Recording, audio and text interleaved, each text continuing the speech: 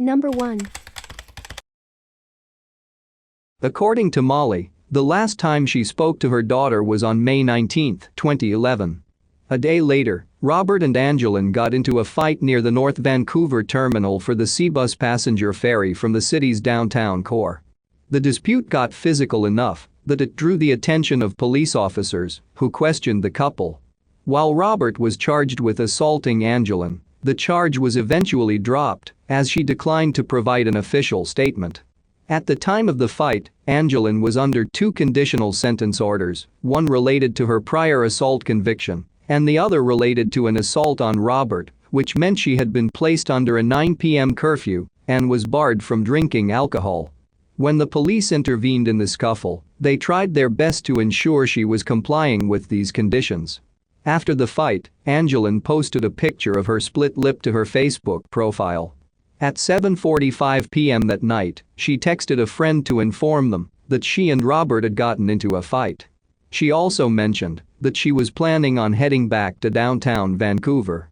At 10:37 p.m., a Royal Canadian Mounted Police constable went to the apartment to check on Angeline, but got no response. On May 25, 2011, an arrest warrant was issued for Angeline by the North Vancouver RCMP, stating she had breached the conditions of her sentence. An officer with the detachment went to her and Robert's apartment to execute the warrant and found Robert on the phone with his fiancée. Angeline promised to call the officer, which she did. She informed him she was no longer in the area, to which he suggested it best she turn herself in. Angeline has not been heard from since. According to a friend, Angeline was last officially seen on May 26, 2011, leaving her apartment in North Vancouver. Her family noticed that the regular phone calls, texts and Facebook posts they got from Angeline had stopped, but they didn't worry at first. She was known to leave abruptly, as she often worked the summer carnival circuit around British Columbia. In case she returned, Molly left messages at the First United Church shelter and the Carnegie Center, a community hub in the downtown east side. On June 20, 2011, a note was added to Angeline's police file, suggesting she may have traveled to Alberta. Between July 1 and July 25, 2011, North Vancouver RCMP asked its counterparts in Alberta to check their databases for any sign of Angeline, but turned up empty. As well, the RCMP detachments in Vancouver and Port Hardy stayed in contact and were both aware of the arrest warrant. On August 8, 2011, Angeline was officially reported missing by Eileen, whose concern had only grown since last being in contact with her granddaughter in May of that year. The case was initially investigated by members of North Vancouver's General Duty. It wouldn't officially be transferred to the Serious Crime Unit of the North Vancouver RCMP until September 13, 2011. On August 9, 2011, officers with the RCMP interviewed officers with the Vancouver Police Department, friends, outreach workers, corrections officers, relatives, a former employer, and immigration and social welfare agencies across British Columbia and Alberta, in the hopes of gleaming some information about Angeline's whereabouts. A day later, they checked with banks and various government agencies to see if the missing woman had cashed a check, used an ATM, or filled a prescription, but those avenues also came up empty. Robert was questioned and submitted to a polygraph test, which he passed. According to investigators, he has been cooperative with the investigation and is not considered a suspect. However, Angeline's family believes he wasn't scrutinized enough and that his abusive behavior is indicative of his potential involvement. They also question why he was allowed to go on vacation to South America while the investigation was ongoing, despite their concerns. The first public missing persons notice about the case was issued on August 16, 2011. It described her as a 28-year-old Aboriginal female with long dark hair and a tattoo of a butterfly on her chest. It stated she may have been hitchhiking and urged anyone who may have seen her to come forward. On August 24, 2011, 2 RCMP officers canvassed the downtown east side, showing Angeline's photos to those congregating in the area. Investigators also began obtaining DNA and dental records from the family. On October 3, 2011, a press release was issued with an updated photo of Angeline and information about her potentially hitchhiking to northern British Columbia, or the Peace River region of Alberta, after reports she may have been seen in Port Hardy, Grande Prairie and Kamloops. This information raised alarm bells with those within the Indigenous community, given one of the highways she could have been traveling along is Highway 16 between Prince George and Prince Rupert. It is known as the Highway of Tears due to the amount of Indigenous women who have gone missing or been killed along its route. Various other press conferences and releases would be shared, with quotes from the family and information on other locations the missing woman may have traveled. At one specific press conference, in May 2014, the family pleaded with First Nations chiefs across the country to help spread the word. There is a man who falsely claimed he'd spoken with Angeline after she is believed to have disappeared, but his credibility is questionable, given he was incarcerated at the time he divulged with information. Angeline's family has done extensive searches and made numerous appeals to the public. Molly traveled to Vancouver, scouring the city and its numerous shelters, and contacted numerous organizations, including those that specifically serve Indigenous people. While investigators have searched several locations, they refuse to publicly state where they've looked. Police have looked into rumors that Angeline may have been in trouble for stealing money or drugs, but they found the people involved and have ruled them out. As aforementioned, Angeline was known to travel with the summer carnival circuit. According to investigators, they have not found any information that would lead them to believe she traveled that year, but a fellow carnival worker says differently. According to her, she and Angeline had run kids' midway games together and had worked to set up and take the games down. She says that Robert would frequently show up at the carnivals to harass Angeline, who showed fear whenever he was around. In December 2019, a billboard was installed along the Island Highway through Nanis Bay, which shared information about Angeline and another missing Indigenous woman, Lisa Marie Young. It was up for 4 months and was funded by the Lil Red Dress Project, which creates beaded red dress earrings and pins to help bring awareness to missing and murdered Indigenous women, with the proceeds going toward the costs of creating and installing signage about missing women on Vancouver Island. According to the North Vancouver RCMP, the investigation into Angeline's disappearance is ongoing. They have followed up on numerous leads but have been unable to corroborate any reported sightings. They have considered the worst, suggesting she was a victim of foul play, and have compared her dental records to the bodies of unidentified deceased women in the region. Angeline's family has been openly critical about the investigation, voicing concerns that not all leads are being looked into, and the Quitsino First Nation has since offered up a $5,000 reward for information about the missing woman's whereabouts. Angeline's case is one of many that were included in Canada's national inquiry into the county's missing and murdered Indigenous women. Her aunt met with the Minister of Crown Indigenous Affairs Carolyn Bennett and other government officials, advocates and family members to talk about the inquiry. Her family has held numerous candlelight vigils throughout the years, with the initial one in 2011 being sponsored by the Comox Valley Transition Society. In 2017, Molly passed away after having a heart attack. Angeline's family and friends have set up a Facebook group to help raise awareness about the case. In May 2019, Carrie Lee organized a gathering of cultural sharing and ceremony at the Kwakiutl First Nation, followed by 2 days at the Port Hardy Civic Center. It allowed for families, leaders, chiefs and elders from Kwakwaka'wakw nations to participate in cultural healing ceremonies, activities and teachings that are foundational to their well-being. It was supported by the British Columbia Government, Island Health, the Quitsino First Nation and the First Nations Health Authority, and was held on the anniversary of Angeline's disappearance.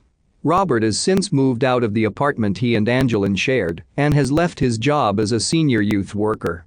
According to a Squamish Nation councillor, he is no longer working with them, and they are aiding in the investigation into Angeline's disappearance. Daryl says that Daryl Jr. is doing well in school and enjoys playing hockey. His aunties and grandmother frequently attend his games to cheer him on. Angeline Pete went missing from North Vancouver, British Columbia on May 26, 2011. She was 28 years old. At the time of her disappearance, she stood between 5'33" and 5'43" and weighed approximately 150 pounds. She has long brown hair, which she is known to dye, and brown eyes. She has a scar on her left knee, a birthmark on her left wrist, and a tattoo of a butterfly on the left side of her chest. Currently, her case is classified as a missing persons investigation, with foul play suspected. If alive, she would be 38 years old. Those with information regarding the case are asked to contact the North Vancouver detachment of the RCMP at 604-985-1311 or the Quitsino Band Council at 250-949-6245. Those wishing to remain anonymous can call Crime Stoppers at 1-800-222-8477. Number 2. At 11:20 p.m. on March 19, 2004, Brianna left the Black Lantern Inn, with her co-workers recalling her getting into her car and leaving the parking lot. That weekend, Jillian had been away visiting family, so didn't see Brianna's note until she returned home that Monday. When she didn't find Brianna in the residence, she assumed she'd simply moved back in with her parents and brother in East Franklin.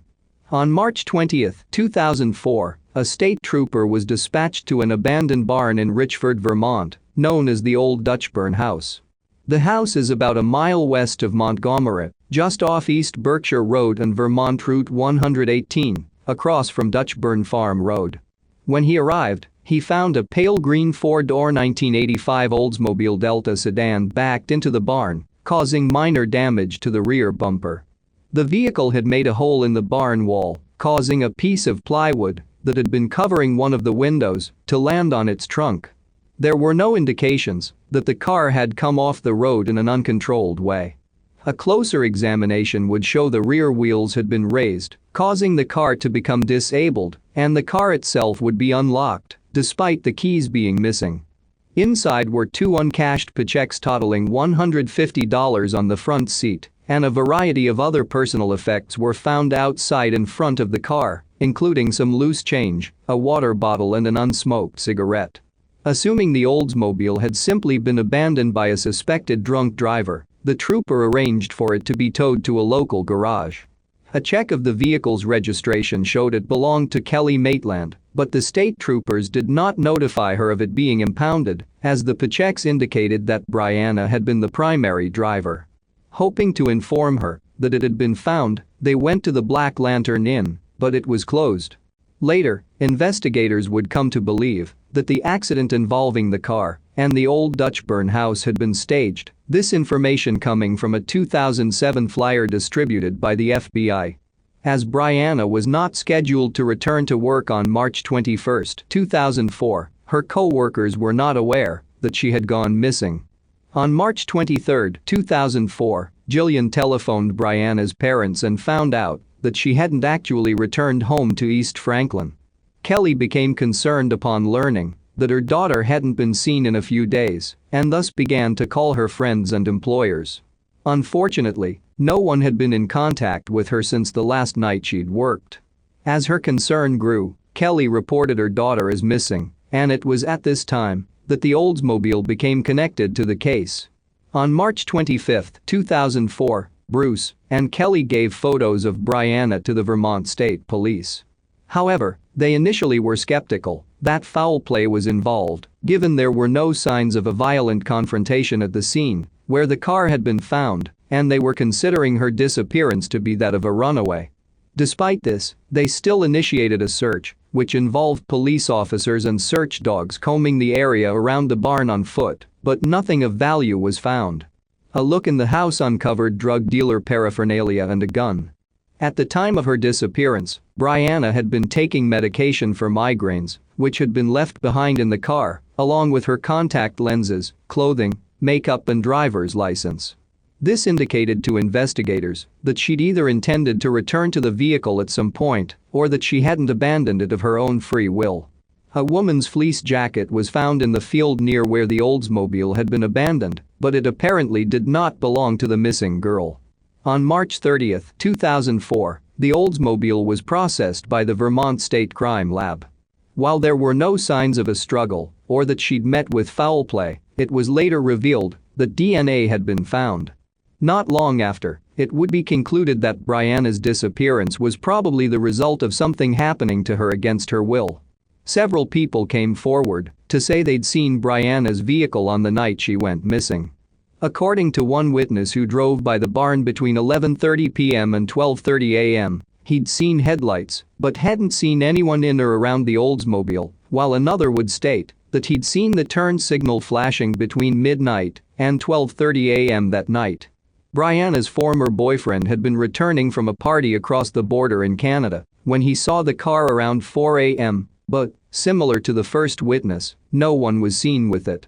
A few motorists noticed the scene the next morning, with some finding it strange enough that they actually stopped to take pictures. One reported seeing loose change, a bracelet or necklace, and a water bottle on the ground next to the vehicle. Over the years, official searches have seen divers search a Berkshire pond, and police have scoured local wooded areas and the space around Hutchins Bridge with cadaver dogs.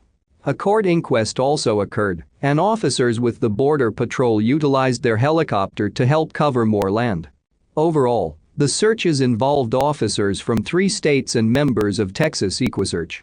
Brianna's friends and family conducted their own searches of the area and put up missing persons flyers across Vermont and surrounding states. Her parents took matters into their own hands, following leads across Vermont, New York, Quebec, and Connecticut.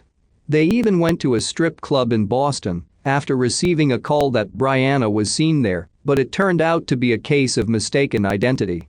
A month into the investigation, Bruce sent a letter to Vermont Governor James Douglas stating that he felt the search had not been aggressive enough and that police were keeping him and Kelly in the dark over its progress. In May 2004, the Maitland teamed up with the parents of Maura Murray, a woman who'd went missing in Haverhill, New Hampshire in February 2004, and those of Amai Riley, a 20-year-old New Hampshire woman whose murdered body had been found in April of that year, to plead for help from both public and federal authorities. At the time, it was believed the 3 cases were connected, and thus the families wanted the FBI to become involved since they crossed state lines. On February 17, 2006, there was an alleged sighting of Brianna at the Caesars World Casino in Atlantic City, New Jersey. Grainy surveillance footage showed a woman resembling the missing girl sitting at a poker table with a bald man. Unfortunately, the woman has never been identified, but Kelly maintains that she sees a strong resemblance between her and Brianna. During a search of a remote wooded area of Montgomery in October 2007, a pair of weathered blue jeans were located. The area, which was approximately 7 miles from where Brianna went missing, had not been searched previously. The jeans were sent to the state forensics lab to be analyzed, but the results of the tests have not been publicly released. To help with the search for their missing daughter, Bruce and Kelly hired private investigator Greg Overacker. The family has received several uncorroborated anonymous phone calls from people claiming that Brianna had been tied to a tree in the woods and her body disposed of at the bottom of a lake. In 2008, an expanded review of the investigation was conducted and a team was created that would solely be dedicated to the case. This meant that a more aggressive approach could be taken, and more interviews were conducted, some with those who had already been spoken to by investigators. In 2010, the Vermont State Police Search and Rescue Team, along with a K-9 unit, conducted a search of Prive Hill Road in Richford, but nothing new was uncovered. In March 2016, the information about the DNA discovered in Brianna's vehicle was made public. However, the test's results were not released. Over 4 years later, in September 2020, the Vermont State Police Major Crime Unit teamed up with Othram Incorporated to re-examine the evidence. Othram Incorporated is the world's first private DNA laboratory built to apply modern parallel sequencing with forensic evidence. Currently, the Vermont State Police are offering a reward of up to $5,000 for information leading to a resolution to the case and/or the arrest and conviction of those responsible. They say the investigation is still active, but that no clear suspect has been uncovered. Hundreds of people have been interviewed in relation to the case, and it's said that new tips are still called in a few times a month. Theories. 1. The strongest theory in the case is that Brianna's disappearance was drug-related, this because it's the authorities' strongest lead. According to reports, drugs are very prominent in the Montgomery area, and Brianna's friends have said that she'd experimented with hard drugs, particularly cocaine.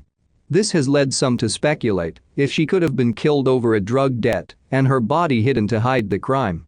It should be noted that investigators have not been able to substantiate this theory, and her parents maintain she was not seriously involved in the scene, this despite them finding out about her friendships with supposed drug users and dealers. In the week following her disappearance, police received a tip stating that Brianna was being held in a house in Berkshire known to be occupied by drug dealers she was acquainted with, Ramon L. Ryans and Nathaniel Charles Jackson, both of New York. On April 15, 2004, the house was raided, and police uncovered cocaine, weed, and drug paraphernalia, but no trace of Brianna. At this time, Ryans was arrested on drug charges. In late 2004, investigators received another tip, this time from an anonymous female, that implicated both Ryans and Jackson in Brianna's murder. The unknown woman stated that the pair had killed Brianna the week after her disappearance, after Ryans and her argued over money she'd lent him to purchase cocaine. After she was killed, the woman claims Brianna's body was temporarily stored in the basement of another woman's home before being dismembered with a table saw and disposed of at a pig farm. Police have been unable to corroborate the validity of this statement. 2. Another theory in the case is that Brianna simply left of her own accord. According to friends and those who knew her, the young woman had mentioned plans of a short trip out of the area. This, paired with her history of running away, have led some to speculate she simply decided to move somewhere new and start over. However, police have been unable to uncover any evidence to indicate she left voluntarily.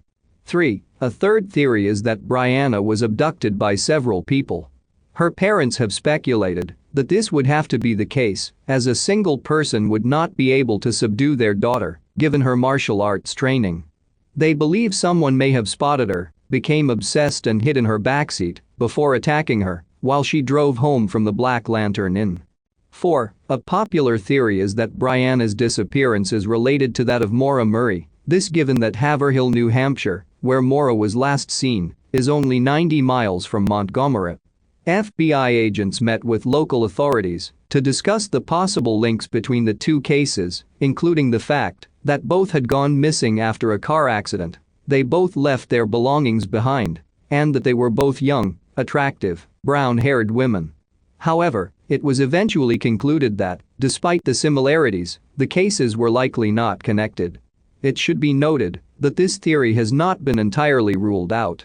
5. A final theory that was eventually ruled out by the FBI is that Brianna was a victim of Alaskan serial killer, Israel Keys.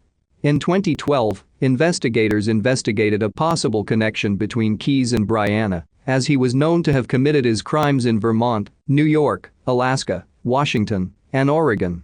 However, his financial records showed he was elsewhere on the day Brianna went missing. On December 2, 2012, Keys died by suicide while incarcerated at the Anchorage Correctional Complex, the result of self-inflicted wrist cuts and strangulation. While he left a suicide note, it didn't offer any clues to additional victims of his crimes.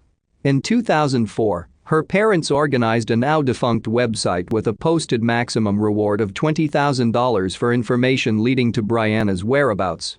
As of 2017, the reward has since expired. 2 Facebook pages have been set up to help raise awareness about the case. Her parents set up Brianna Maitland Missing family page, which has not been updated since mid-2019. The other, titled Brianna Maitland, is still actively updated. Brianna's case was part of Project Jason's 18-Wheel Angel campaign, which targeted truck drivers and business travelers to volunteer their resources and time to help spread the word about missing persons cases via printable flyers. There are vigils held every year on the anniversary of Brianna's disappearance, where her family and members of the community come together to bring about renewed awareness about the investigation. Brianna's parents have since separated, with Kelly now residing in New York. Wanting to make something good out of his daughter's disappearance, Bruce created Private Investigations for the Missing, a non-profit dedicated to providing private investigators to those who are unable to afford them. There is an active GoFundMe page where supporters can donate to the organization. In July 2016, the old Dutchburn house was destroyed in a fire. Brianna's case has received widespread media attention. Along with being the subject of numerous podcasts, it has also been featured on Dateline NBC and Disappeared, amongst other television programs. Brianna Maitland went missing from Montgomery, Vermont, but it should be noted that some agencies state her disappearance occurred in East Franklin or Sheldon. She was 17 years old. At the time of her disappearance, she stood at 5'33" to 5'53" and weighed between 105 to 118 pounds. She has brown hair and hazel eyes. She has a faint scar extending from her left eyebrow to her forehead, and her left nostril is pierced. According to reports, she was wearing either a small ring or a stud at the time. Currently, the case is classified as endangered missing. If alive, she would be 34 years old. Those with information regarding the case are asked to contact the Vermont State Police at 802-524-5993 or the investigation's official tip line at 802-241-5355. Number 3. According to the London Police Service, the last confirmed sighting of Shelley was by a police officer at 2 p.m. on January 2, 2016, in the area of Lorne Avenue and English Street in London's Old East Village. This is also the last day she was active on Facebook. There are some sources that state there was one more sighting of Shelley 3 days later, on January 5, 2016. The location was near the intersection of Hamilton Road and Rectory Street, an area known for prostitution. On January 21, 2016, police were contacted by a citizen and asked to conduct a welfare check as her family and friends had not heard from or seen her in a few weeks. They were unable to locate her, which prompted the start of a missing persons investigation. As soon as they learned Shelley was missing, her friends and family set to work putting up missing persons flyers in the area where she was last seen. They also knocked on the doors of local businesses, and investigators looked to obtain any surveillance footage she may have appeared on. On February 1, 2016, police issued a public missing persons notice. According to them, Shelley had received her Ontario disability check on January 29, and they'd become more concerned for her welfare after she didn't try to access her bank account. Around the first anniversary of her disappearance, Shelley's friends organized a rally to help raise awareness about the case. London police also set up a dedicated tip line in the hopes of prompting anyone with information to come forward. Overall, police have recovered her purse and her health card. The purse, which contained her cell phone, was located in a home known for drug-related activity, and her health card was located 3 years after her disappearance in the parking lot of a walk-in clinic on Hamilton Road. In January 2018, police posted flyers featuring her image and details about the case across the downtown core and in other neighborhoods she was known to visit. They also conducted a social media blitz and spent an afternoon in the Old East Village in the hopes of drumming up renewed interest in the case. In early 2021, Please Bring Me Home, a Canadian organization that works to solve missing persons cases that have gone cold, announced it had received information about the case. The information obtained suggests that one unnamed individual is responsible for Shelley's disappearance, but before going to police they are first trying to verify how said individual had access to Shelley around the time she went missing. The organization also announced several awareness measures, including a plan to erect a billboard in the Hamilton Road area, conducting canine searches and creating an online map to show key locations in the case. Shelley's disappearance has received heavy media coverage over the years. Initially, her family did not want the public to know of her lifestyle, as they hoped she'd simply got into hiding or was partying somewhere, but when it became apparent that wasn't the case, they decided to trust local news agencies and opened up about Shelley's drug use and street work. According to the London Police Service, the case is still ongoing and active. There have been hundreds of tips called in, all of which have been followed up on. Investigators have spoken with friends, family and anyone who may have been with Shelley in the lead up to her disappearance, and they have conducted numerous searches. There has been the forensic examination of evidence, and they have looked into her social media profiles and her financial records, all in the hopes of finding out what happened to her. As of publishing, there have been no significant leads regarding Shelley's whereabouts, but it has been said that investigators have narrowed their focus to the hours before she went missing and the events that occurred after she was last seen. They are currently considering the possibility that Shelley is dead due to her lack of contact with loved ones and the evidence located, but they are continuing to explore all avenues of investigation. Initially, the Desrochers family had been critical of how police had handled the case, stating that the official public notice regarding Shelley's disappearance hadn't been released until a few weeks after she was last seen. This raised questions about the way the department handles the disappearances of women considered at risk, but police have said they initially didn't have any cause for concern, as the circumstances surrounding her last known sighting did not raise suspicion. However, Laura has said that she now feels investigators are doing all they can in her sister's case, and she is in constant contact with them. Theories. 1. One theory that has been spurred on by rumors is that Shelley ran away to start a new life.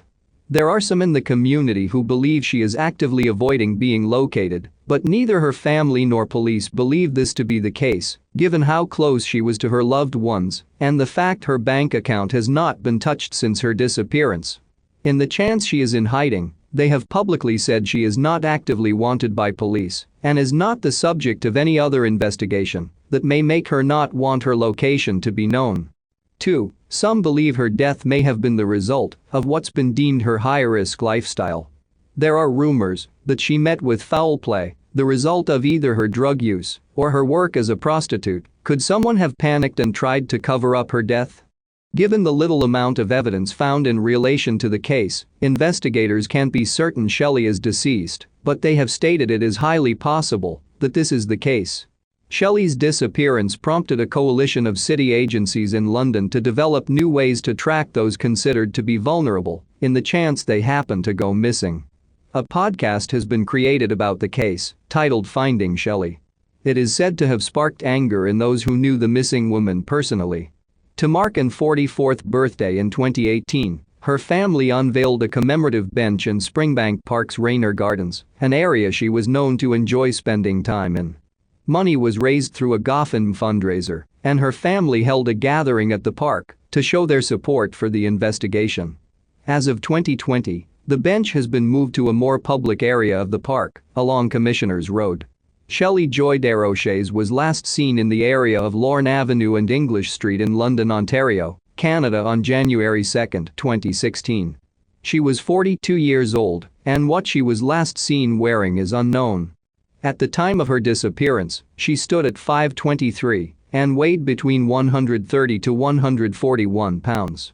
She has dark blonde to black hair that's described as being long and straight, and she is said to have either brown or hazel eyes. She has 3 tattoos, a tiny blue bird on one shoulder, a heart with a rose on the other shoulder, and a whale with the word Kevin across the back of her shoulders. She is said to have a distinctive pigeon toe walk, meaning one of her feet is pointed inward. Currently, the case is classified as a missing persons investigation. If alive, she would be 47 years old. Those with information are asked to contact the London Police Service at 519-661-5670 or the official tip line at 519-660-5842. Tips can also be called in anonymously to Crime Stoppers at 1-800-222-8477 or the Please Bring Me Home tip line at 226-702-2728. Number 4. 26-year-old Alyssa Turnbull is from South Gillies, a township within the census area of Thunder Bay, Ontario, Canada. Described as vibrant, passionate and outspoken, she's said to be very close to her family, especially her little sister. Before her disappearance, the pair were in constant communication, often speaking to each other via text message. Unfortunately, Alyssa has also led a somewhat troubled life. She is known to struggle with addiction, drinking and using hard drugs in the years leading up to her disappearance. While her family has tried to help her get away from that lifestyle, they have been unsuccessful. In January 2020, Alyssa moved with a boyfriend to the small township of Nipigon, Ontario. The move further worried her loved ones, as her boyfriend is known to participate in the drug trade. The exact date Alyssa went missing is unknown. However, investigators have narrowed down the time frame to between March 23 and 25, 2020. It was not until April 14, 2020 that Alyssa was reported missing to the Ontario Provincial Police. The report came after a family member received a text message from an acquaintance saying they hadn't seen the 26-year-old in weeks. This worried her family, as it was unlike her to be out of touch for so long. The search for Alyssa involves a large portion of the op, including members of the Emergency Response Unit, the Urban Search and Rescue Unit, the Northwest Region Crime Unit, the Forensic Identification Unit, the Underwater Search and Recovery Unit and officers with the Nipigon Detachment of the Police Service. Overall, there have been numerous searches conducted in relation to the investigation. Dozens of interviews have been done with persons of interest and those known to Alyssa, and several pieces of potential evidence have been collected. According to Alyssa's aunt, officers recovered 3 garbage bags filled with the missing woman's clothing and belongings at the beginning of their investigation. In November 2020, the Northwest Region Emergency Response Team, the Criminal Investigation Branch and the Tactical Emergency Medical Service Team were joined by the UCRT, Urban Search and Rescue, Chemical, Biological, Radiological and Nuclear Response Specialized Unit for an extensive search of Nipigon's sewage treatment facility. Pumper trucks, as well as officers in full-body hazmat suits, were also present. The search, which included settling ponds that are 3 meters deep, is said to not have been prompted by a tip and was the result of the OP's ongoing investigation into Alyssa's disappearance. That same month, OP divers also searched an unspecified area for clues. The location has not been publicly released in an attempt to maintain the integrity of the investigation. There have been rumors circulating around Nipigon and the surrounding area regarding Ailsa's body or body parts being located. However, the OP has been quick to discredit the validity of what is being said. There is currently a $50,000 reward being offered by the OP for any information leading the arrest and conviction of those involved in Alyssa's disappearance or her location. As a result, numerous tips have been called in, and while investigators will not share what's been said, they have revealed that detectives are being assigned to each lead in order to follow up on their validity. Given the belief that there are people out there who know what happened, they're hoping the cash reward will be incentive enough for someone to come forward. While the case is currently still classified as a missing persons investigation, foul play has not been ruled out. Alyssa's family is preparing themselves for the worst, given the amount of time that's gone by since she was last seen. Alyssa Turnbull went missing from Nipigon, Ontario between March 23 and 25, 2020. She was 26 years old, and what she was last seen wearing is currently unknown. At the time of her disappearance, she stood at 5'33" and weighed approximately 100 pounds. She has shoulder-length blonde hair that could have been dyed red or purple, and she has blue eyes. Currently, the case is classified as a missing persons investigation. Those with information regarding the case are asked to contact the Ontario Provincial Police at either 1-888-310-1122 or 1-807-887-2637. Tips can also be submitted anonymously via Crime Stoppers at 1-800-222-8477. Number 5. Sydney West was born on July 11, 2001 to her parents, Jay and Kimberly West. The family, which also includes her younger sister, lived in Pleasanton, California for the majority of Sydney's life before relocating to Chapel Hill, North Carolina in the late 2010s. Growing up, Sydney is described as being a sweet and goofy girl who wasn't afraid to be herself and let her true colors show. Those who knew her enjoyed her company, and her family says she made life better for those around her. She was also intelligent and well-spoken, with a love for the environment, so much so that she convinced her mother to start composting. This is attributed to her love of animals and the amount of time she spent outdoors. Volleyball was one of Sydney's passions, as she enjoyed living an active lifestyle. While attending Foothill High School in Pleasanton, she was known as a star member of the varsity team, and upon transferring to Chapel Hill's Scarborough High School, she would become said school's varsity co-captain. She would eventually transition to playing beach volleyball in 2019 and 2020. Along with sports, Sydney was also interested in the arts. While she enjoyed writing and doing art, her favorite form of expression was music. She was known to attend open mic nights and would write, record and perform her own music, which her father has since been uploading to SoundCloud. While Sydney might have appeared to have it all on the outside, she was known to struggle occasionally with her mental health. After graduating high school in 2019, she took a gap year, where, according to blog posts written by her, she began experiencing bouts of depression, on top of her anxiety.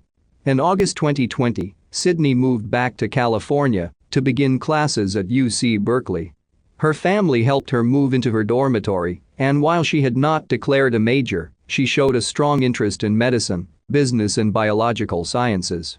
She also joined the school's rowing team. However, according to her uncle, she was having trouble adjusting to college life, with some sources reporting that Sydney eventually moved out of her dormitory and in with some friends in the San Francisco area.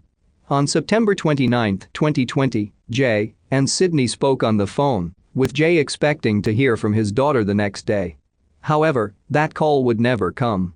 Not much is known about the day Sydney disappeared. All that investigators have shared with the public is that she was last seen at approximately 6:45 a.m. on the morning of September 30, 2020 near Crissy Field, which is part of the Golden Gate National Recreation Area in San Francisco. It's known as a place where people go for outdoor activities, such as biking, running and yoga. On the morning in question, it's said to have been exceptionally foggy out. On October 2, 2020, 2 days after Sydney was last seen, a family member reported her missing to the San Francisco Police Department, who prepared a missing persons report. Since Sydney was reported missing, the San Francisco Police Department has been actively searching for her across the city and the Bay Area. Her information has been entered into the National Crime Information Center database, and the case is being handled by the Missing Persons section of the Special Victims Unit. They have remained tight-lipped about the investigation and any potential leads they are following up on, other than to say there is no evidence of foul play.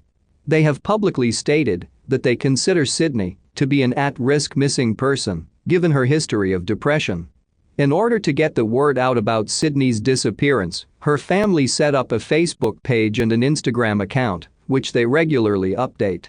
As well, those who knew the missing girl have been spreading the word via their own social media accounts, in the hope someone with information will come forward as to her whereabouts. According to those who live in the San Francisco area, there are flyers posted across the city featuring Sydney's image and description. The family has also hired a private investigator who is working alongside the San Francisco Police Department. The family is asking anyone who frequents the Golden Gate Bridge area, either on their commute to work or for physical activity, to come forward with any information they may have. They are particularly interested in learning if anyone saw anything suspicious on the morning Sydney went missing.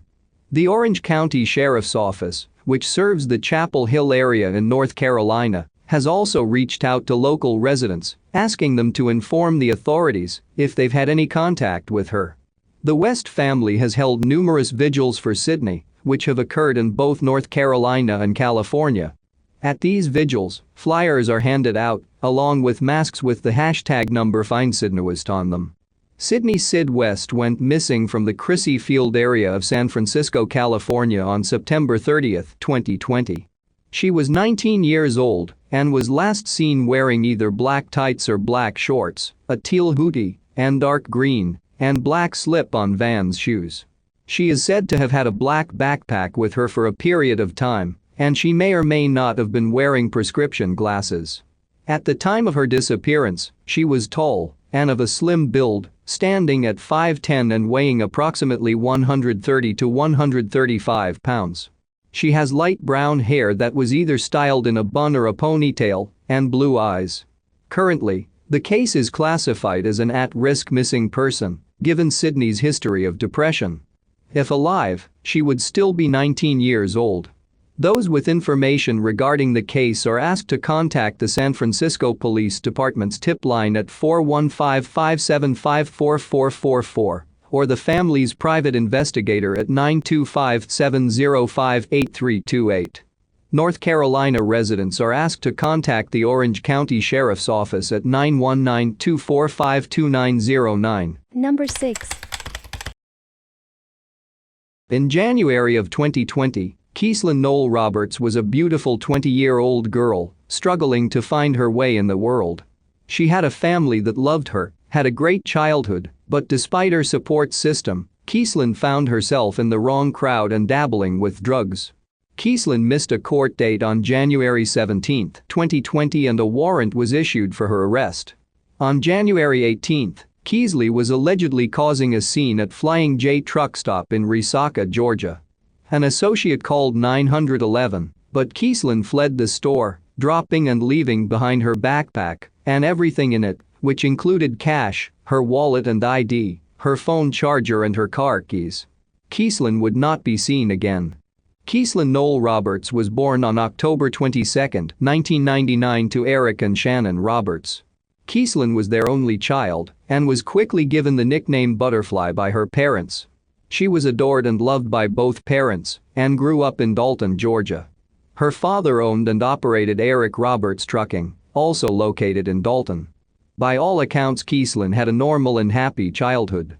She was an active color guard member in high school, and both parents were involved in her activities growing up. Her dad even served on the board for the high school band and color guard. In her late teen years, however, Keeslyn's dad Eric said she found herself with the wrong crowd and began dabbling with drugs. It started with some marijuana use, then allegedly escalated to methamphetamines. She had some brushes with the law, even right up to her disappearance, but her family said she knew she needed help and she was working to try and get herself out of the situation she was in. At the time of her disappearance, Keeslyn was living with her boyfriend in Chatsworth, Georgia. Not much information is shared about her boyfriend or even his identity, but he has not been a person of interest in her case. On January 17, 2020, Keeslyn didn't show up for a court date. This was a hearing regarding a drug charge. The sheriff's office and media outlets have said that a warrant was issued on that date for Keeslyn. However, Keeslyn's dad has come out and said that is false. The warrant wasn't issued until January 21, 2020, after she went missing. On January 18, 2020, Keeslyn entered a Flying J truck stop off of Highway 75 in Resaca, Georgia. She entered the back part of the store, a part that was only meant for employees. After being asked to leave, she apparently caused a bit of a scene, and the employees called 911. Keeslyn dropped her backpack, which had her ID, wallet, money and phone charger in it, and fled the store. Deputies have confirmed they were called to the store on that day to investigate, but it would be a couple of days before an official missing persons report is filed. Keeslyn's dad, Eric, said that on Monday, January 20, he received a call from Keeslyn's probation officer that she had not shown up as scheduled. Eric, unable to reach his daughter, drove out to where she had been living, her boyfriend's place in Chatsworth, Georgia. Her boyfriend told Eric he hadn't seen Keeslyn in a few days. As Eric was leaving the boyfriend's house, he yelled out to Eric and said, "I know where her car is. It's parked up at the Flying J." Eric sped up to the Flying J and found Keeslyn's car parked in the back of the car parking area, backed in. The car was locked, and inside sat her purse and the car keys. But no sign of Keeslyn. Eric called the Gordon County Police Department, as that was where her car was found, but when they came out they told Eric to call Murray County, as that is the county where she lived. Gordon County took no interest in the case, according to Eric. When he finally got a report through to Murray County, they also seemed disinterested. Eric believes because of Keeslyn's lifestyle and her checkered past, they didn't take the case seriously. It would actually take 5 days for a detective to reach out to Eric about his daughter's case. When the detective finally talked to Eric, Eric told him the circumstances of finding her car locked up at the Flying J. He asked if they would like to search the car and fingerprint it, but the detective told him there was no need to, as there was no evidence of a crime. Keeslyn's family was growing more and more frustrated and began searching the area on their own. The police never asked for surveillance footage from the truck stop or for Keeslyn's cell phone records. In fact, to this day, over a year later, that has still not been done. Meanwhile, another person had been reported missing, allegedly last seen at the same Flying J on January 16, just 2 days before Keeslyn was last seen. Caleb Nathaniel Smith disappeared from the same location. His body would be found a few weeks later, on February 3, in Sugar Valley, some 5 miles from the Flying J. He was naked and found in a marshy swampland. Detectives immediately ruled it an overdose, but many people have questions. His car was parked just 5 spots from Keeslyn's car. How did he get naked, and where were his clothes? They have never been found. It was also cold during that time, and the spot he was found would be a difficult spot to wander off to. Caleb's death was never investigated as anything more than an overdose. When Keeslyn's parents heard the news, they rushed over to the spot where his body was found. Since Keeslyn and Caleb didn't know each other as far as anyone knew, the police have stated these incidents are unrelated. Eric wanted to search the land where Keeslyn was found. Originally, the landowner gave him permission. Eric wanted to make sure Keeslyn's body wasn't there also. However, the night before Eric was going to go search, the landowner called him and told him no, he couldn't search the land after all. Eric didn't care, he went and searched anyways. Nothing was found to lead them to Keeslyn. Eric went back to talk to employees at the Flying J. He learned there were very few surveillance cameras, and actually none in the parking lot area where Keeslyn's car was. Family and friends, and the entire community in fact, have started a petition to try and require truck stops like the Flying J to provide more cameras. An employee was able to tell Eric that the night Keeslyn was causing a scene in the store, she had apparently told some people she was meeting a man there, but never identified the man. Weeks have gone by, with little done on the case by law enforcement. Eric then receives a text message from a Flying J employee that they discovered some clothing hidden under trees behind the dumpster area. Eric got the text around 10 p.m., and he immediately drove to the Flying J to check it out. The clothing was indeed Keeslyn's. The police bagged up the clothing as evidence, but said they cannot send it off for testing because there was no sign of a crime. Eric Roberts has used his trucking business to help spread the word of Keeslyn, and the community has rallied together. Some unconfirmed sightings have occurred in Oklahoma City, Dallas, Texas, and South Bend, Indiana. Eric is asking that if anyone thinks they see her, don't wait to let him know, and to call local authorities right away. The Roberts family has also offered a reward up to $20,000 for Keeslyn's whereabouts, no questions asked. They have a running GoFundMe account also, if you are interested in helping the Roberts family. Some interesting points of information: this part of Georgia is known for high drug usage. In fact, it is nearby what Georgia refers to as the heroin triangle. The area where Keeslyn went missing from and even lived was also known for having a serious methamphetamine problem. The area of the Flying J is also nearby fields, rural land, mountains, and even a river that runs behind the store. Interestingly enough, and not necessarily related, is that there have been several other disappearances from Flying J truck stops in the last few years. Cases such as Lillian Payne in South Carolina and Jason Fowler in Wichita Falls, Texas. Caleb Smith's family believes there are a lot of similarities between Keeslyn's case and Caleb's. For instance, the location of the cars, parked out of reach of cameras. 5 spaces apart and both backed in. They were both 20 and 21 years old and went missing just 2 days apart from each other. It's hard to ignore those facts even if they might be just coincidences. So what are the theories? Keeslyn walked away from her life. With her problems with drugs and the law, this is a possibility. The part I have a hard time believing here is that she was fairly close with her parents.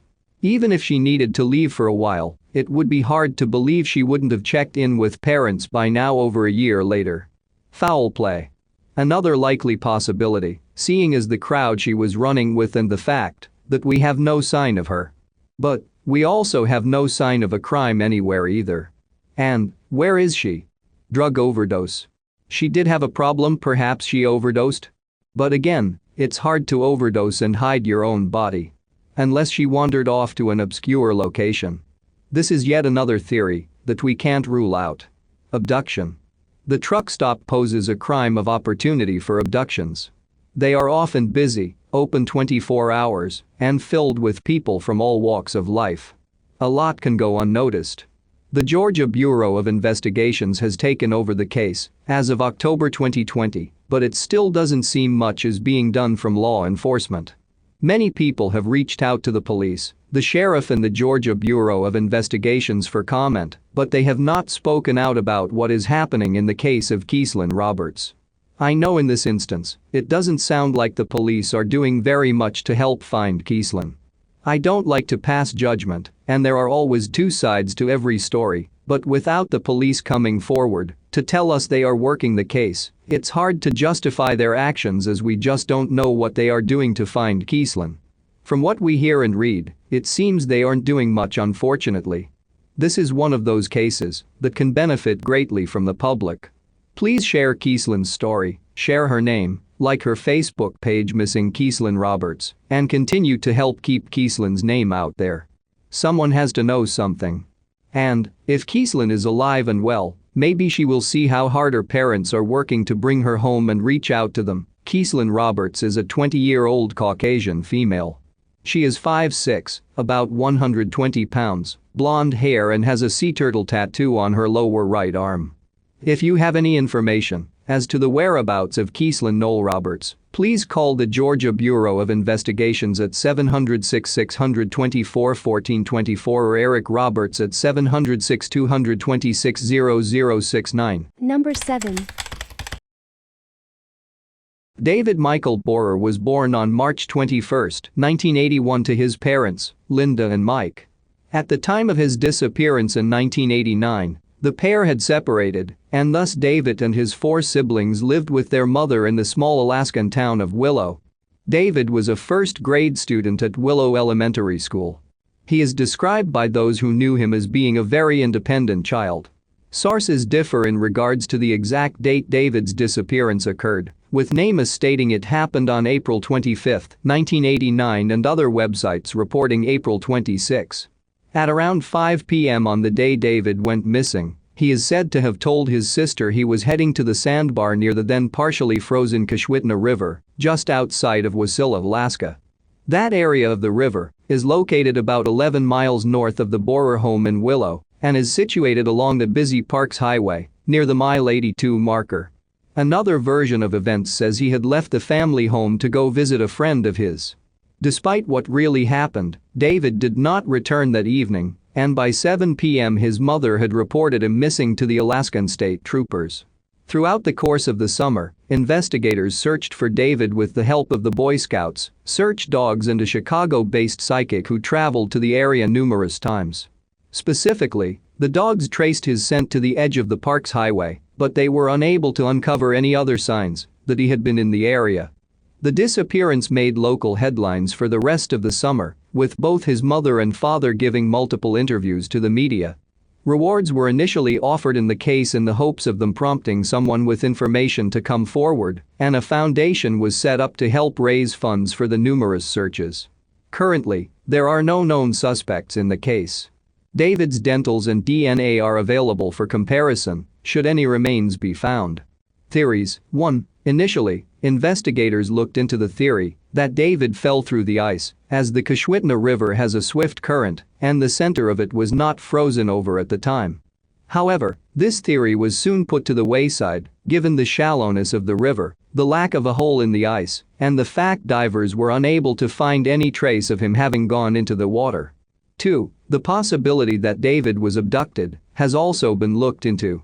It's been reported that David had once hitchhiked along the Parks Highway to Wasilla. However, police have had difficulty investigating this line of thought due to the business of the highway and the lack of evidence they have.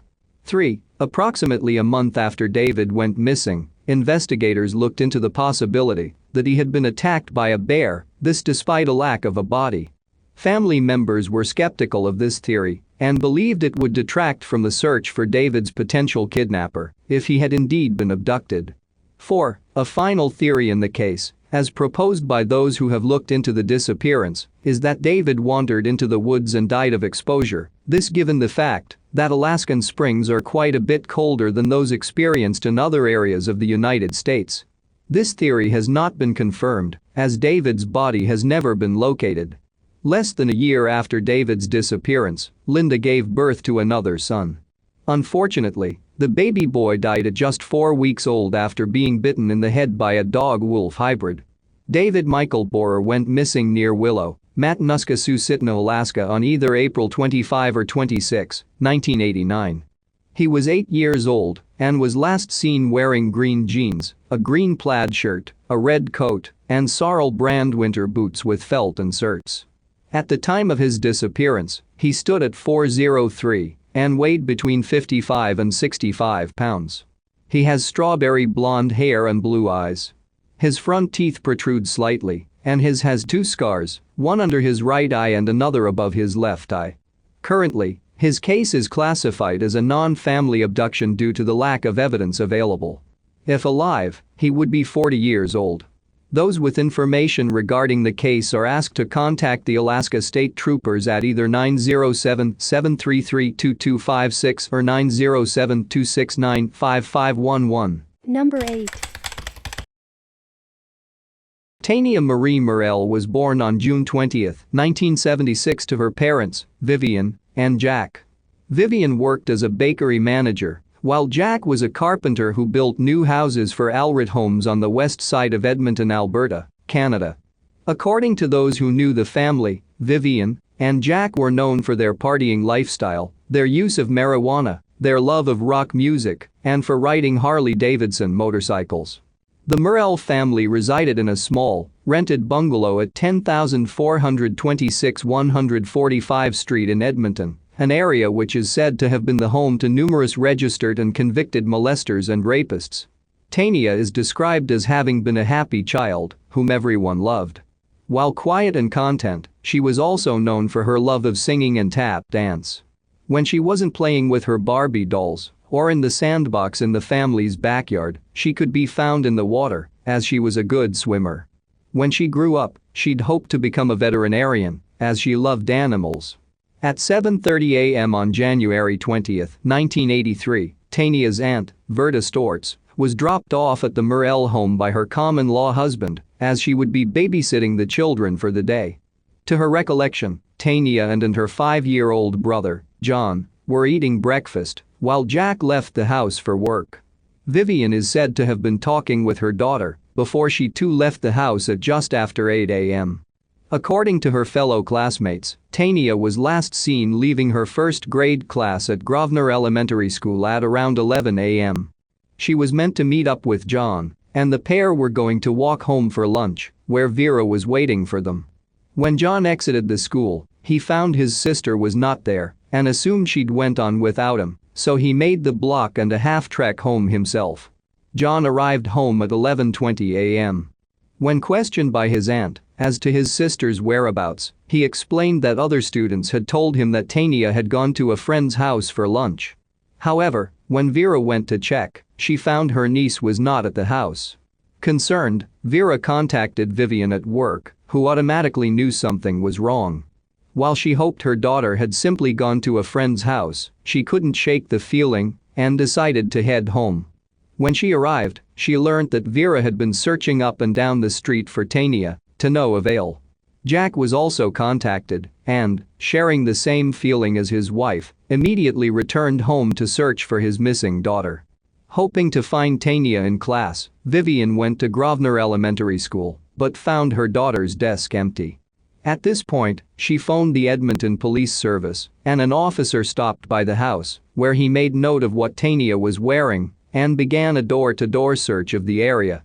Throughout the course of the day and into the night, Vivian and Jack hoped their daughter had simply decided to have an impromptu sleepover with a friend and had forgotten to inform them, but she failed to show up for school the next morning. She has not been seen or heard from since. Initially, those investigating Tania's disappearance weren't quite sure how to handle it. However, the police did state they believed she left via the elementary school's east doors at approximately 11:10 a.m. and didn't wait for her brother's class to break for lunch. The story made both national and international news, with outlets across Canada and the United States reporting on Tania's disappearance. For weeks, her case was the lead story on local newscasts.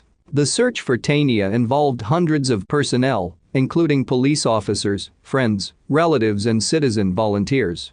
The ground search was the largest up to that point in Edmonton's history, with hundreds of city blocks, including alleys, ravines in the neighborhood, where the Murrell family lived, checked by those on foot and by vehicle.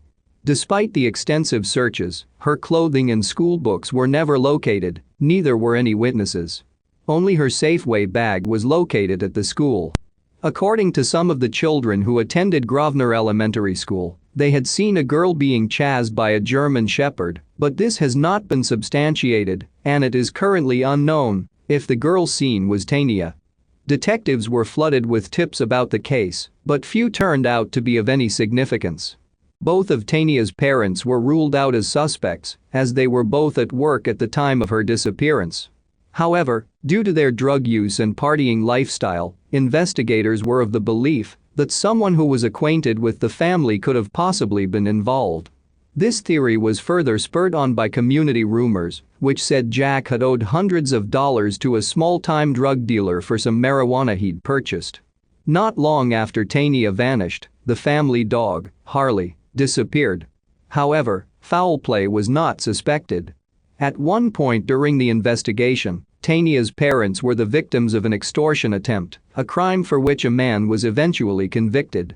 In the summer of 2008, a basement was excavated about 20 blocks from where the family lived in 1983. This search was the result of a tip the lead detective received from a woman who claimed she had been a playmate of Tania's and was suspicious about a hole in the basement of her family's home. However, the excavation turned up nothing. Around 30 years after the disappearance, a former school friend of Tania's came forward to say the missing girl had approached her on the day in question to say she was going to the nearby 7-Eleven for lunch, as she had some spare money. The convenience store was in the opposite direction of the Murrell home. According to the woman, she last saw Tania walking alone in a southwest direction toward 144th Street, toward Stony Plain Road at 147th Street. The case is considered the biggest missing child case in Edmonton's history. Currently, investigators are of the theory that she was abducted and murdered. Throughout the course of the investigation, they have checked with molesters and rapists who were known to live in the area. Theories: 1. The primary theory in the case is that a man who was known to the family abducted Tania. An alcoholic, he was 31 years old at the time and did not have a solid alibi for the day the young girl went missing. According to those who knew him and the family, he'd taken Tania and her brother alone camping, and around the time of her disappearance, he'd wrote a poem about a love that could never happen. He is also said to have been violent, having once smashed a beer bottle into a man's face while playing cards, while another time he turned off the ignition of the Murrell family's station wagon, resulting in the car entering a ditch. Around the time of Tania's disappearance, he moved away from Edmonton and would later have a daughter, whom he named after the missing girl.